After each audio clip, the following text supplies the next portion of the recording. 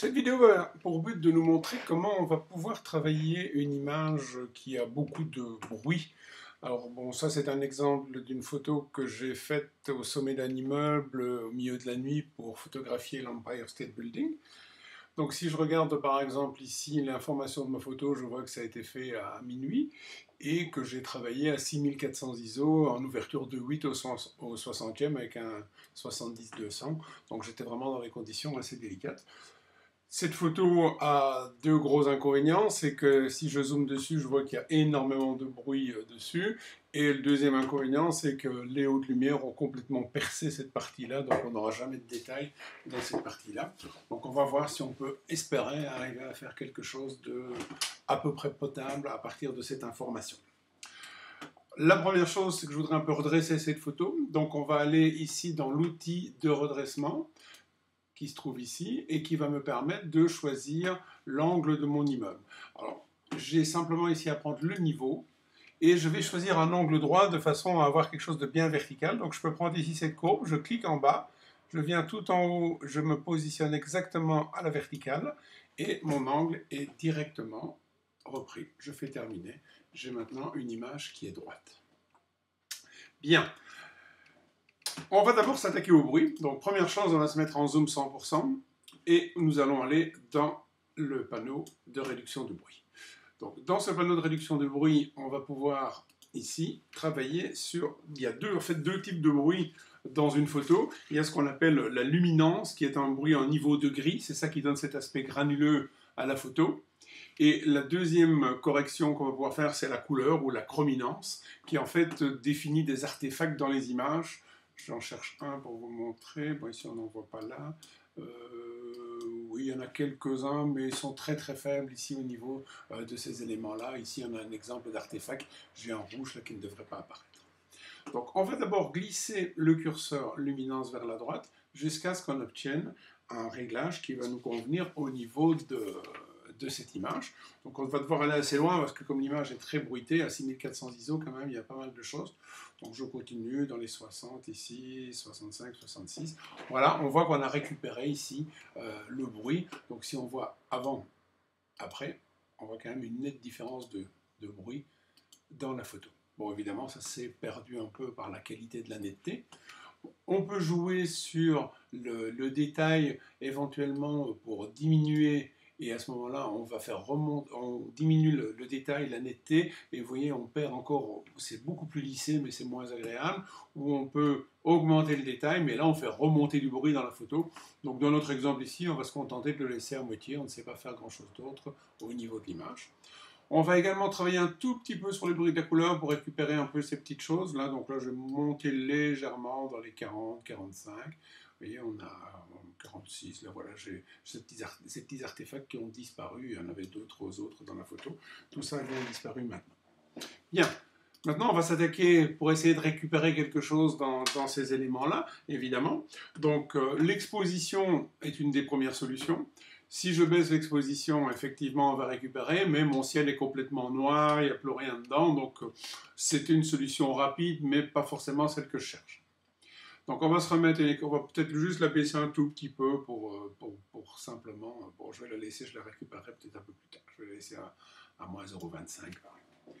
Ensuite, je vais travailler sur la récupération de la luminosité, qui est en fait l'élément qui va me permettre de baisser ces éléments, sur d'abord la récupération des hautes lumières, où là je vais pousser carrément à fond. De toute façon, il n'y a plus rien dans cette zone-là, et si je regarde, c'est complètement brûlé, donc il ne faut pas espérer récupérer quelque chose. Donc ensuite, on va travailler plutôt sur la luminosité pour essayer de faire baisser. Vous voyez, on arrive à récupérer déjà des choses un peu plus intéressantes en travaillant là-dessus. Et donc là, on va descendre jusqu'à ce qu'on trouve quelque chose qui va être à peu près correct. Donc on va encore continuer à descendre. Je vais descendre ici encore. Voilà, je continue encore. Je trouve que je peux encore y aller un peu plus. Voilà. On va vraiment essayer de récupérer un maximum. Je n'arriverai pas à faire beaucoup mieux que ça. Là, on voit que c'est toujours percé, mais on a quand même quelque chose d'un petit peu plus... bon, tout près, c'est en grossissant au maximum, c'est horrible, mais on arrive à quelque chose d'un tout petit peu acceptable, je dirais. Lumière d'appoint pour un peu déboucher le reste, donc je vais monter un tout petit peu ici dans les 7 pour l'avoir. Et pour me donner un peu de contraste ici. Je vais monter un peu le contraste. Voilà, dans les 40, comme ceci. Voilà, j'ai mon information qui est ici reprise à ce niveau-là. Donc, si je me mets en luminosité, on va voir que cette image est déjà un tout petit peu meilleure que ce que j'avais tout à l'heure. Par contre, j'ai quand même perdu différentes choses. Je ne retrouve plus ici la pointe de mon image. Donc, je vais quand même peut-être encore baisser un tout petit peu. Ou alors, je vais d'abord, ouais, je vais de toute façon baisser un tout petit peu cette luminosité parce que je l'ai mise un tout petit peu trop basse, voilà, comme ceci, de façon à on voit encore la pointe, c'est quand même l'élément important, donc on va le remettre comme ceci. Bon, là on a un effet qui n'est pas très agréable, donc comment est-ce qu'on va pouvoir le faire? Bon, on va pouvoir déjà ici travailler avec un pinceau, et on va essayer de travailler localement avec ce pinceau. Alors on va travailler très très doucement, donc on va mettre un débit assez bas, dans les 20%, on va mettre une densité, donc c'est ce qui va avoir comme épaisseur quand on va le faire, assez basse, on va mettre un contour progressif assez fort, on va placer notre zone ici, et on va essayer de baisser un tout petit peu ce reflet-là qui n'est pas très agréable. Donc peut-être juste avant de faire ça, je vais supprimer mon point ici, je vais fermer ceci, je vais me mettre à 100% de façon à voir beaucoup mieux ce que je veux faire, voilà. Je reprends mon pinceau ici, donc les réglages sont restés où ils étaient. Je vais mettre mon point ici.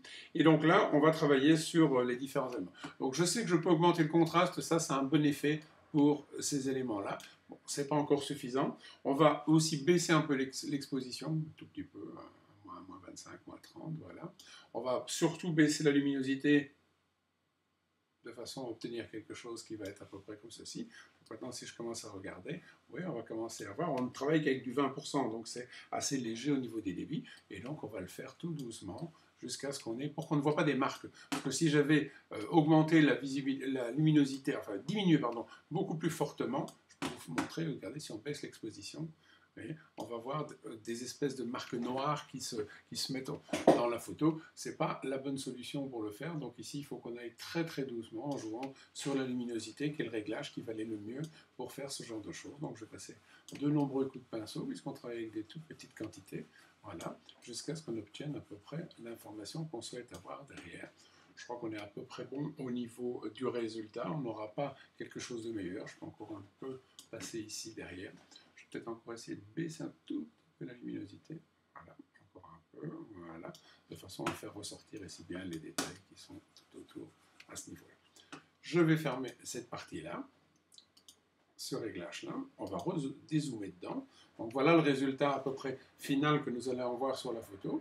Il reste encore là quelques traces que je n'aime pas trop de lumière, donc on va reprendre le pinceau et on va travailler ici un tout petit peu en dehors pour essayer d'enlever cette dernière trace de lumière qui ne sont pas très jolies. Voilà, donc on le frotte jusqu'à ce que tout soit disparu. Voilà.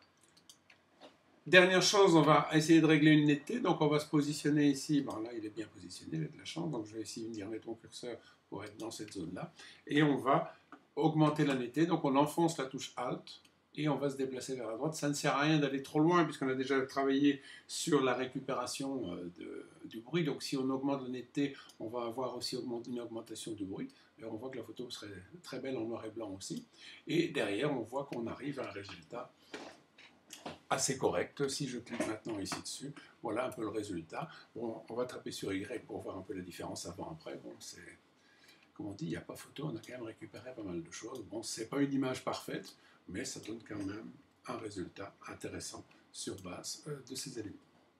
Voilà, pour terminer, cette image de récupération.